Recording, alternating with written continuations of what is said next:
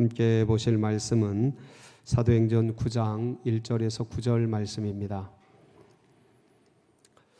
사도행전 9장 1절에서 9절 말씀 우리 한 절씩 교독을 하겠습니다. 사울이 주의 제자들에 대하여 여전히 위협과 살기가 등등하여 대제사장에게 가서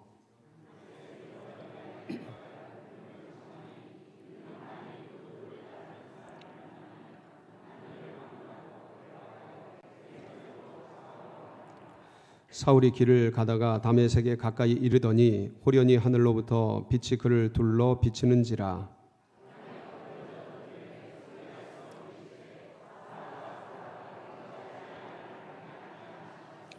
대답하되 주여 누구시니까? 이르시되 나는 네가 박해하는 예수라.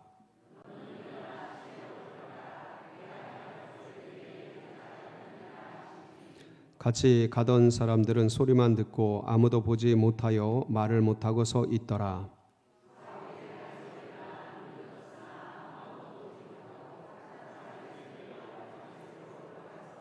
다 같이 사흘 동안 보지 못하고 먹지도 마시지도 아니하니라. 아멘. 예, 꽃피고 실록이 무성해지는 4월달, 이 부활의 달, 특별히 벌써 이제 마지막 주가 되었습니다. 명절 끝날은 큰 날이라고 하였는데 이 마지막 주일, 마지막 4월의 날에 하나님께서 더 큰 은혜와 사랑으로 우리들 가운데 함께 해주실 줄 믿습니다. 부활의 주님을 처음 만난 사람은 막달라 마리아라고 했습니다. 우리가 부활절 이후에 첫째 주간에 함께 같이 상고했습니다. 말씀을. 그리고 부활의 주님을 가장 많이 만난 사람은 베드로라고 우리가 살펴보았습니다. 지난 주일에 말씀을 함께 나누었지요. 그러면 성경상에서 부활의 주님을 가장 마지막에 만난 사람은 누구일까요? 예, 사도 바울입니다. 예, 오늘 이제 우리가 사도 바울을 함께 살펴보면서 이 바울이 어떻게 주님을 만났는가, 부활의 주님을 만났는가, 그리고 부활의 주님을 만난 이 바울은 어떻게 변화되었는가를 같이 묵상하게 될 겁니다. 그러면서 이제 오늘날 참 험악한 이 시대 아니겠습니까? 이 시대를 살아가면서 우리도 다시 그 부활의 주님을 만나고 붙들고 이 험악한 세상을 능력으로 힘있게 이겨가고 은혜를 받고 능을 받는 그런 복된 시간이 되시기를 축복합니다. 고린도전서 13장을 일컬어서 사랑장이다 이렇게 얘기합니다. 히브리서 11장은 믿음장이다. 부활장은 어디일까요? 주보에 나와 있죠? 예, 고린도전서 15장을 일컬어서 이제 부활장이다 이렇게 얘기를 합니다. 거기에 이제 부활에 대한 상세한 내용들이 어떤 데보다 자세하게 기록이 되어 있습니다. 그 고린도전서 15장 앞부분에 보면 부활하신 주님을 만난 명단들 자세하지는 않습니다. 그렇게 기록할 수도 없죠. 근데 그 명단들 그것이 이렇게 순서들이 이렇게 나와 있습니다. 거기 보면 그 부활의 주님을 맨 마지막에 누가 만났는가가 기록이 되어 있습니다. 고린도전서 15장 4절에서 8절 말씀인데 우리 같이 한번 봉독을 해 보겠습니다. 시작.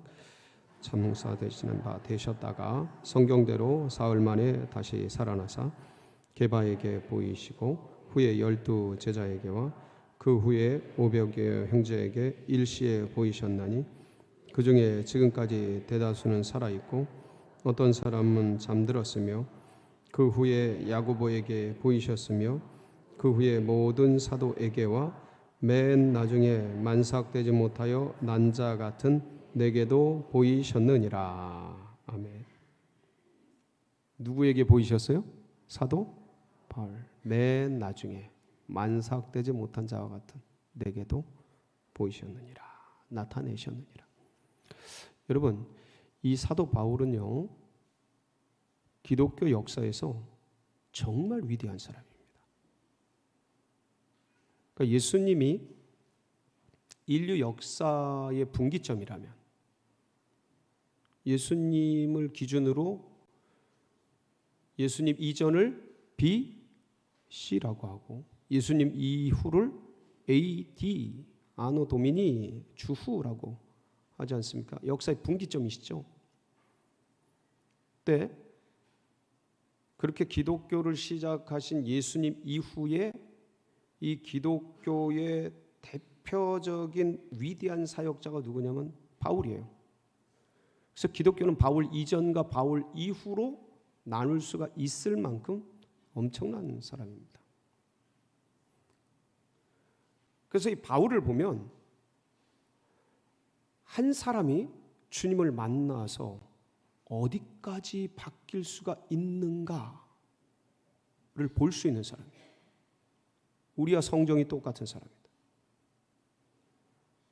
특별한 사람이 아닌데 오히려 더 험악했던 사람인데 주님을 만나서 어디까지 바뀔 수 있는가를 알 수 있는 모범적인 모델링 같은 그런 분이 바울 사도예요. 그 바울 사도가 스스로 이 고린도전서 15장 8절 9절에 보면 자신이 언제 그 부활의 주님을 만났는지를 기록해 두었어요. 맨 나중에 만삭되지 못한 자와 같은 나를 만나주셨다. 내게 보여주셨다.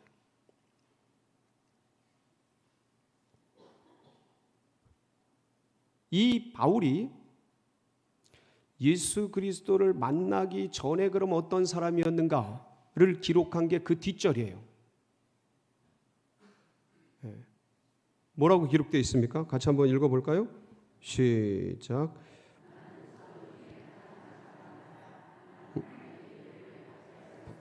사도라 칭함받기를 감당하지 못할 자니라. 그러니까 나는 사도 중에 가장 왜요? 하나님의 교회를 박해하였던 자예요. 그러니까 예수님을 만나기 전에 부활하신 주님을 경험하기 전에 이 바울은 교회를 핍박하던 자였어요. 성도들을 박해하던 자들이었습니다. 그러한 바울이 도대체 어떻게 변화되었을까? 이건 기독교 역사의 굉장히 큰 분수령이거든요. 어떻게 변화되어 있었을까? 그걸 알려주는 게 오늘 본문이에요. 근데 이 본문에 들어가기 전에 바울이 어떤 사람이었는가를 알고 들어가면 이 본문의 내용들이 더 가슴속에 다가옵니다. 여러분, 이 바울은요 대단한 사람입니다. 유대교에 있어서 이렇게 뛰어난 사람이 없습니다. 유대교 자체가 여러분 이슬람 하면 어떤 생각이 드세요? 세다 이런 생각 들죠. 이슬람. 근데 이슬람보다 더 센 게 뭐예요? 유대교예요. 네. 근데 이 유대교 중에서도 최고의 가문, 최고의 학벌, 그게 뭐냐면 가말리엘 문화라고 있습니다. 거기에서 배운 수학한 사람이에요. 뛰어난 수재죠. 스승이 뛰어나니까. 하나의 학파를 이룬 사람이니까. 근데 이 유대교에도 여러 분파가 있어요. 바리새파, 사두개파, 에세네파, 열심당 이런 여러 분파가 있는데 마치 기독교, 우리 지금 현대 개신교에 장로교, 감리교, 성결교, 침례교, 순복음 이런 게 있듯이 여기도 그런 게 있어요. 근데 그 중에서 여러 분파 중에서 당시에 가장 독실하고 지독하리만큼 그렇게 철저하게 율법을 신봉했던 그러한 파가 어디냐면 바리새파예요. 이 바리새파 중에 바리새인이 누구였냐면 사도 바울입니다. 그 빌립보서 3장 4절 6절에 보면 본인이 과거를 회상하면서 자기의 과거 이력을 이렇게 기록을 해두었어요. 한번 보실까요? 빌립보서 3장 4절 6절 시작. 그러나 나도 육체를 신뢰할 만하여 만일 누구든지 다른 이가 육체를 신뢰할 것이 있는 줄로 생각하면 나는 더욱 그러하리니 나는 8일 만에 할례를 받고 이스라엘 족속이요 베냐민 지파요 히브리인 중에 히브리인요 율법으로는 바리새인이요 열심으로는 교회를 박해하고 율법의 의로는 흠이 없는 자라. 율법의 의로는 흠이 없는, 지독하게 율법을 지키고 철저하게 유대교에 따르던 그런 석학 엘리트 뛰어난 이성과 당시 유대교의 영성으로 무장한 획을 그을 만한 그런 사람인 거예요. 근데 생각해 보세요. 이렇게 유대교를 철저히 신봉하던 사람이 예수님은 어떤 분이셔요? 나와 아버지는 하나이니라. 나를 본 자는 아버지를 보았느니라. 스스로 뭐라 그러셔요? 스스로 하나님이시라. 그러니까 유대교를 따르던 사람들은 이 성육신을 통해 나타난 이 예수 그리스도의 이 말씀을 도무지 받아들이지 못하는 거예요. 알아듣질 못하는 거예요. 그러니까 뭐로 보냐면 유대교에서 일어난 이단으로 보는 거예요. 그래서 진짜 성경에 그렇게 써 있어요. 나사렛 이단 괴수를 그러니까 나사렛 이단을 따르는 괴수다. 이렇게 돼 있어요. 바울을 통해 그렇게 얘기를 해요. 그러니까 바울은 유대교에 충실하고 바리새파 중에 바리새파고 율법의 의로는 흠없이 그렇게 율법을 지키던 사람이 스스로를 하나님이다. 눈에 보이는 인간이 내가 하나님과 하나다 라고 말하면서 그러한 사람을 그리스도로 메시아로 따르는 추종 세력들이 얼마나 눈에 가시가 탔겠습니까?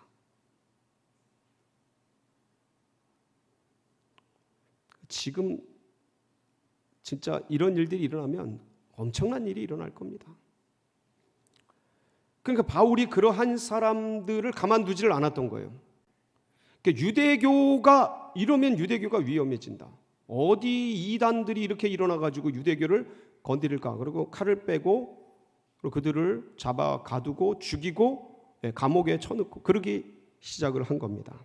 이 일을 자기가 해야 될 마땅한 사명으로 열심을 충성을 다해서 하기 시작했어요. 그 대표적인 사건이 뭐냐면 이 기독교 중에 7 집사를 세웠는데 그 중에 스데반이라는 사람이 복음을 전하는데 이 스데반을 잡아가지고 처형시키는데 바울이 가편 투표를 합니다. 옷을 지켜요. 그러니까 죽는 것을 마땅히 여겨요. 그럴 정도였어요. 그러니까 죽이는 게 마땅한 거예요. 사람이 사람을 돌로 쳐 죽이는 게 이게 보통 일은 아니지 않습니까? 그걸 눈앞에 보면서 마땅하다고 여겨요. 그렇게 하고도 이거로는 안 된다. 그래서 이 당시에 스데반을 박해하면서 처형하면서 이스라엘 이 예루살렘 교회에 엄청난 박해가 일어납니다. 사방으로 흩어져요.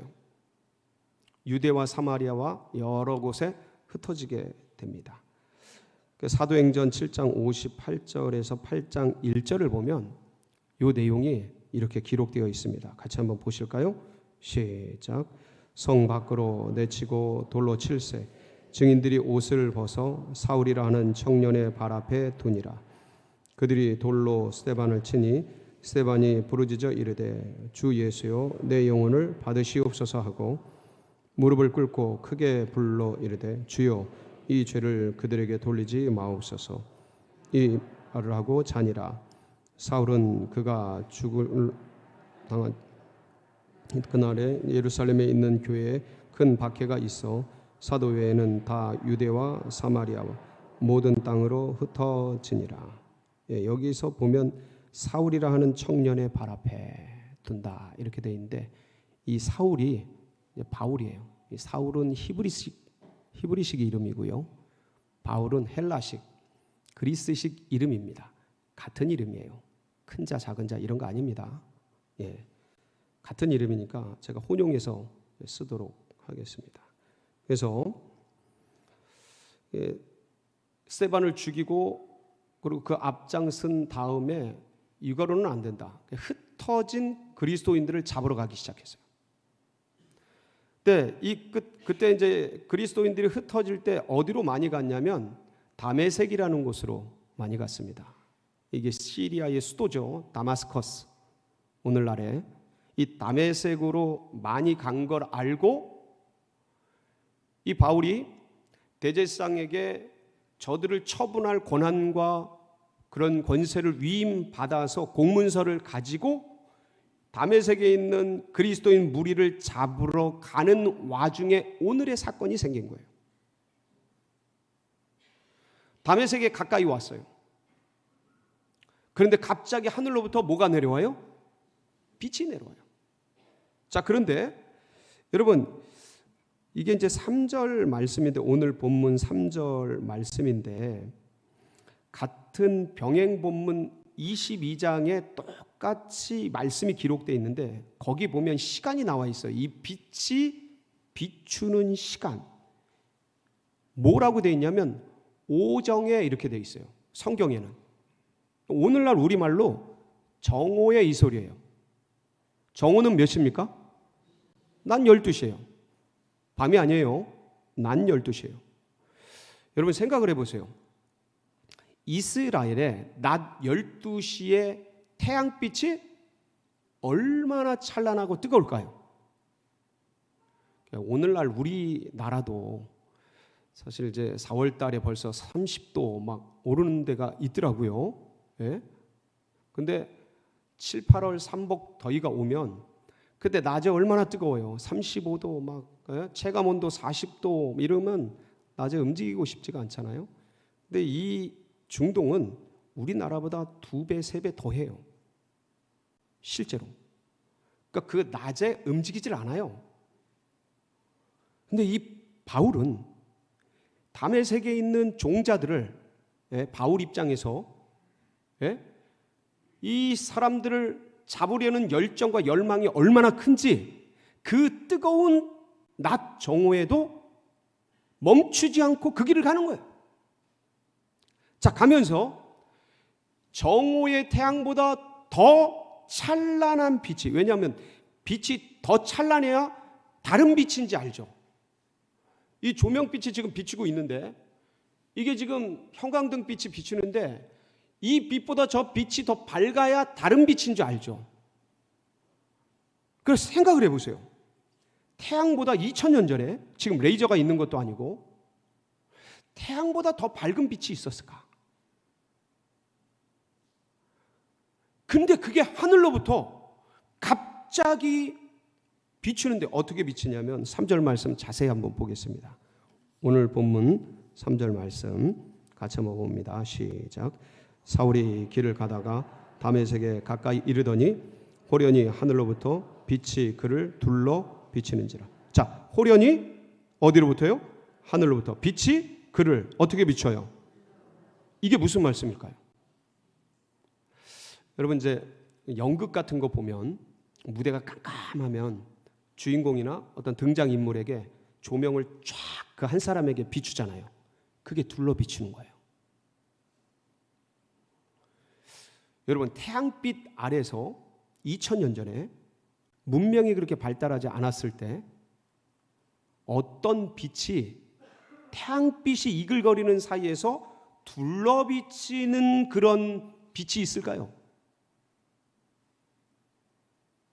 그건 물리적으로 불가능하죠.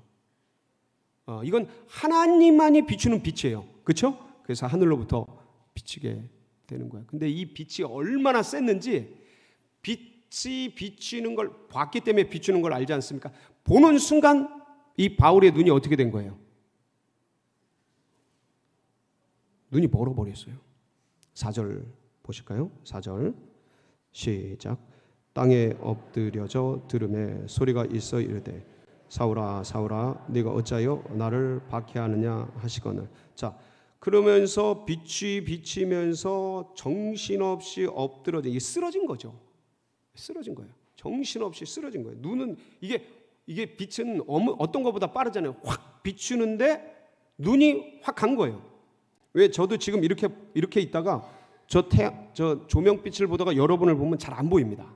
순간에 잠깐 안 보여요. 이렇게 보다가 딱 보면 그 사이에 뭔가 잘 안 보여요.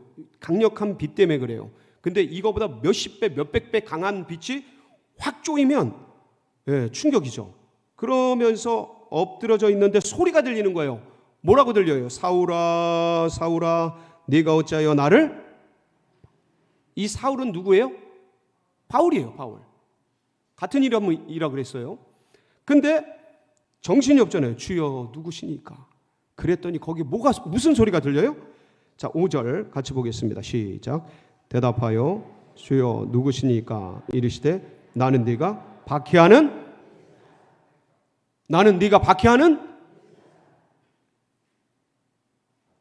엎드러져서 이 소리를 들을 때 이 바울은 얼마나 충격이었을까요? 얼마나 소름 끼쳤을까요? 그러니까 지금 태양빛보다 더 엄청난 빛이 쬐어져서 지금 정신이 혼미한 상태인데 어떤 소리가 들려요. 막. 근데 누구시니까 그랬더니 나는 네가 박해하는 예수라. 여러분, 여기서 우리가 주지해야 될 게 하나 있습니다. 뭐냐면, 잘 보세요. 나는 네가 박해하는 뭐라고요? 이때 당시에 바울은요, 예수님이 부활 승천하시고 나서 수년이 흘렀을 때입니다. 이 다메섹 도상의 사건은 예수님 당시가 아니고요, 예수님이 떠난 지 한두 달 뒤가 아니에요. 적어도 3년 이상, 4년이 지났던 때예요. 그러니까 이 바울은 예수님을 봤어요, 못 봤어요? 못 봤어요. 알지를 못해요. 지금 바울이 핍박하고 있는 건 뭐냐면 예수 믿는 사람들이에요. 성도들이에요. 교회예요. 그러니까 근데 바울을 보면서 나는 네가 박해하는, 예수님은 박해를 받아본 적이 없어요. 바울에게. 교회가 박해받고 성도들이 박해받았지. 그렇다면 여기서 우리가 알 수 있는 건 뭐예요?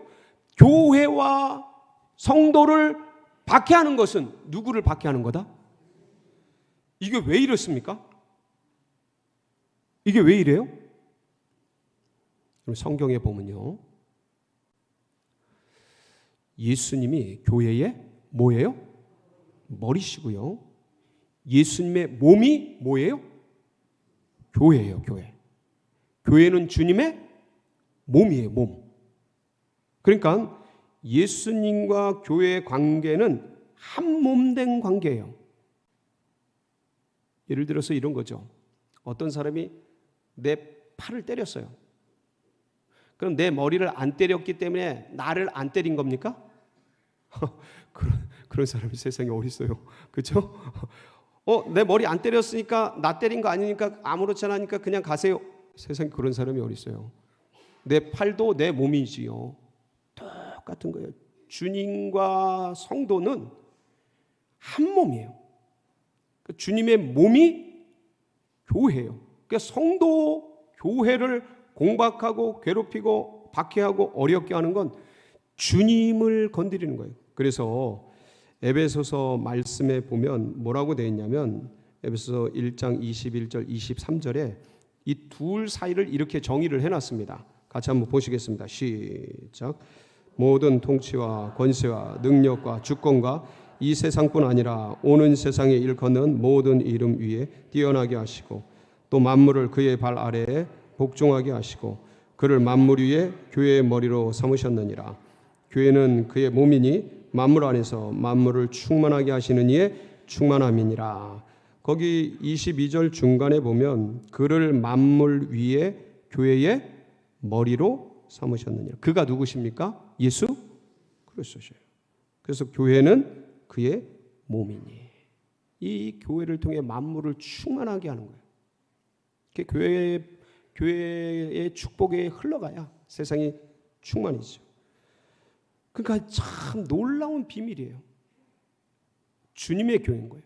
그래서 마태복음 16장 18절에 보면 이 반석 위에 내 교회를 세우리니 이렇게 돼 있어요. 한번 보실까요? 시작. 또 내가 내게 이르노니 너는 베드로라. 내가 이 반석 위에 내 교회를 세우리니 음부의 권세가 이기지 못하리라. 내 교회. 그러니까 교회는 누구 거예요? 주님 거예요. 예수님 거예요. 예수님이 창조하신 거예요. 예수님의 소유예요. 그러니까 한 개인의 것이 아니에요. 어떤 조직의 것이 아니에요. 어떤 위원회의 것이 아니에요. 예, 한 사람의 것이 아니라니까요. 그러니까 주님 거예요. 주님이 주인이세요. 그러니까 교회를 건들고 성도들을 건드는 건 누구를 건드는 거예요? 주님을 건드는 거예요. 그래 이렇게 말씀하시는 거예요. 나는 네가 박해하는 예수. 본 적도 없어요, 바울은. 근데 주님 나를 박해한다고 하는 거예요. 직접 그렇게 말씀하시는 거예요. 그러니까 이 말씀을 들은 바울은 얼마나 충격을 받았을까? 왜냐하면 지금까지 스데반을 죽이고 그 다음에 사람들을 공박하고 박해하고 핍박하고 칼을 빼서 이 나사렛 이단 괴수를 척결하고 없애버리고 유대교의 신실성, 유대교의 순수성을 지켜내야 한다라는 사명감을 가지고 불같이 뛰어들어서 그 사람들을 다 잡아죽이고 그리고 그러려고 지금 다메섹으로 가고 있는데 갑자기 그 내가 핍박하고 박해하고 없애버리려고 하는 그 당사자, 괴수, 예수 그분이 나타나서 지금 이렇게 만난 거예요. 그러니까 그렇게 박해하던 당사자로서 얼마나 이게 충격적일까요? 완전히 송두리째 바뀌는 거잖아요. 그러니까 나의 사고, 인식, 가치관, 내가 믿는 신앙, 신앙의 밑바닥에 어떤 기둥들, 이게 싸그리 반전되고 무너지고 뒤바뀌는. 그 바울이 얼마나 큰 충격을 받았는지 3일 동안 밥을 못 먹어요. 물도 안 마셔요. 제가 보기엔 기록은 안 돼 있어요. 이 지금 말하는 건 잠도 못 잤을 것 같아요. 얼마나 충격이 큰지 식음을 전폐하고 고민을 했지 않았을까? 내가 지금 만난 게 뭐지? 낮에 본 게 뭐지 도대체? 내가 믿어온 건 뭐지? 그동안 내가 붙들고 쫓아왔던 유대교의 이 신앙은 어떻게 된 거지? 가말리엘 문화에서 내가 이렇게 배워왔는데, 이렇게 학습해왔는데, 철저하게 이렇게 연구해왔는데 이건 다 뭐지? 얼마나 괴로웠을까? 얼마나 마음이 3일 동안 아마 뒤죽박죽하면서 뭐가 옳은지 그런지 그러면서 자기가 왜냐하면 이성적으로 지성적으로 믿음 안에서 배운 간접 경험한 신앙과 지금 이 예수님은 직접 만난 거잖아요. 눈이 멀 정도로 직접 만난 거잖아요. 지금 그 직접 만난 게 더 세죠. 근데 그동안 관성이 있잖아요. 사람이라는 게 내가 붙들어 왔던 거 이게 진짜라고 믿고 왔는데 어느 날 갑자기 뭐가 팍 들어와서 그게 아니라고 말할 때 그 사이에 겪는 고민들, 아픔들, 이게 바울 안에 아마 엄청났을 겁니다. 이단에 있다가 기독교로 넘어올 때 이 고민이 굉장히 크다고 합니다. 이단 사역하시는 분들 만나보면 공통적으로 이 얘기를 해요. 그게 가짜라는 걸 알아도 못 놓는데요. 그게 이단이라는 걸 아는데도 그걸 못 놓는데요. 여러분 지금도 부천에 가면요, 제가 부천에서 살았던 적이 있는데 거기 신앙촌이 있어요. 못 놓는 거예요.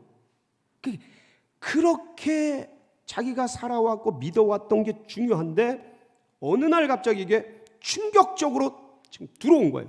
식음을 전폐한 채 고민을 하고 계속 기도를 했어요. 이 바울이. 그러면서 깨달았겠죠. 내가 다메섹에서 만난 그분이 진짜다. 그러면서 이제 아마도 마음이 서서히 정리되지 않았을까 싶어요. 그러던 3일째 되는 날 주님께서 아나니아라는 다메섹의 제자를 시켜서 이 바울에게 가서 안수 기도를 하라고 하십니다. 이걸 바울도 기도 중에 알아요. 누가 와서 나에게 기도해 준다는 걸 알게 됩니다. 그래서 아나니아가 와서 기도를 하는데 어떤 역사가 일어나요? 한번 보실까요? 사도행전 9장 17절에서 20절입니다. 같이 봅니다. 시작. 아나니아가 떠나 그 집에 들어가서 그에게 안수하여 이르되 형제 사울아 주 곧 네가 오는 길에서 나타나셨던 예수께서 나를 보내어 너로 다시 보게 하시고 성령으로 충만하게 하신다 하니 즉시 사울의 눈에서 비늘 같은 것이 벗어져 다시 보게 된지라. 일어나 세례를 받고 음식을 먹으며 강건하여 지니라. 사울이 다메섹에 있는 제자들과 함께 며칠 있을새 즉시로 각 회당에서 예수가 하나님의 아들이심을 전파하니. 여기 보면 아나니아가 기도를 합니다. 기도를 하는데 성령이 임해요. 성령이 임하면서 바울 눈에 있던 비늘 같은 것이 벗겨집니다. 여러분, 이 중동의 낮의 햇살보다 더 센 빛이 비쳤기 때문에 사실 이 눈이 어떤 면에서는 되었다고 할 수 있어요. 왜 용접 같은 거 이제 일부 예배 때 그 용접하시는 분이 그 얘기를 하더라고요. 저게 끝나고 나서 용접하다 보면 이 플라즈마나 이 빛이 너무 세가지고 이걸 써도 눈이 어느 때는 딘대요. 그래서 꺼풀 같은 게 눈에 생긴다 그러더라고. 인간이 만든 빛도 그 플라즈마나 여러 가지 빛 같은 게 아크나 이런 것들이 눈에 눈꺼풀이 생길 정도가 된대요. 그러니까 그것보다 몇십 배, 몇백 배 센 빛이잖아요. 그러니까 그게 비쳤으니까 아마 제가 본 이 비늘이 뭔가 이게 물리적으로 눈꺼풀이에요. 되어가지고 있었던 거예요. 그게 이제 싹 벗겨진 거죠. 그리고 영적으로는 뭐예요? 구약의 비늘이에요. 구약의 비늘. 구약의 비늘이 벗겨진 거예요. 유대교의 비늘이 벗겨진 거예요. 자신도 모르게 유대교의 왜곡된 가말리엘 문화에서 일탈된 메시아와 그리스도에 대한 정치적, 경제적 그런 어떤 해방론적 그거에 입각해서 쌓았던 유대교의 메시아 사상, 그리스도 사상, 엇나간 그런 사상의 비늘들, 그것들이 얼마나 철저하게 훈련이 됐겠어요. 근데 그게 성령의 세례를 받고 기도를 받는데 그게 싹 벗겨지기 시작한 거예요. 그 눈이 밝아진 거죠. 눈이 열린 거예요. 영의 세계에 눈이 떠진 거예요. 사랑하는 성도 여러분, 우리 믿음의 백성들도요, 삶을 살아가다 보면 믿지만, 예수님을 믿지만 이 세상 염려, 근심, 걱정에 이 재리에 대한 것들, 이런 것들이 눈에 이렇게 비늘 같은 것들이 싹 쌓입니다. 그럼 제대로 안 보여요. 성령의 은혜로 다 벗겨지시길 축복합니다. 싹 벗겨져야 새롭게 되는 거예요. 그러니까 이제 이 바울이 얼마나 가슴이 뜨거운지, 흥분이 되는지 주의 제자들과 며칠 있다가 갑자기 뛰어나가서 예수는 하나님의 아들이시다. 예수는 그리스도시다. 예수는 살아나셨다. 예수님은 부활하셨다. 이걸 나가가지고 전하기 시작한 거예요. 이렇게 전하기 시작한 이 사도 바울이 유대인들에게 복음을 전하고요, 핍박을 받자 아시아에 나가서 복음을 전하고요, 아시아에 복음을 전하다가 마케도니아의 환상을 통해서 유럽으로 건너가서 처음으로 선교를 시작하고 복음을 전하기 시작하고요. 루디아의 집을 근거로 해서 거기서 수많은 교회들을 세우고요. 수많은 전도 사람들을 전도해서 훈련시키고 양육시켜서 그들을 뭐로 만들어요? 목사님, 장로님으로 만들어서, 그때 장로가 목회자예요. 이 목회자로 만들어가지고 교회를 엄청나게 세웁니다. 예, 선교센터를 세우고요, 교회를 세우고요, 그 다음에 장로 조직, 감독 조직, 디모델 파송하고 디도를 파송하고, 그러면서 하나님의 교회를 번성하고 흥황케 시키는 역대 최고의 엄청난 역사를 누가 이뤄요? 사도 바울이. 지금 기독교의 대부분의 것들을 이 사도 바울이 2000년 전에 세팅을 했어요. 네, 이론들, 교리들, 그리스도 예수론, 교회론, 전부 이 당시의 것들 전부 세팅을 했어요. 그 13권의, 약 13권의 성경으로 기록이 되어 있지요. 그걸 근거로 해서 이제 우리가 기독교, 개신교도 지금 진행되고 있는데, 이런 엄청난 역사를 일으키게 됩니다. 사랑하는 성도 여러분, 교회를 박해하던 바울이 교회를 증거하고 예수를 박해하던 이 극악한 박해자가, 핍박자가 놀랍게 변해서 예수 그리스도의 큰 증거, 증인, 선교자, 전도자가 되어지게 됩니다. 자, 더 중요한 거.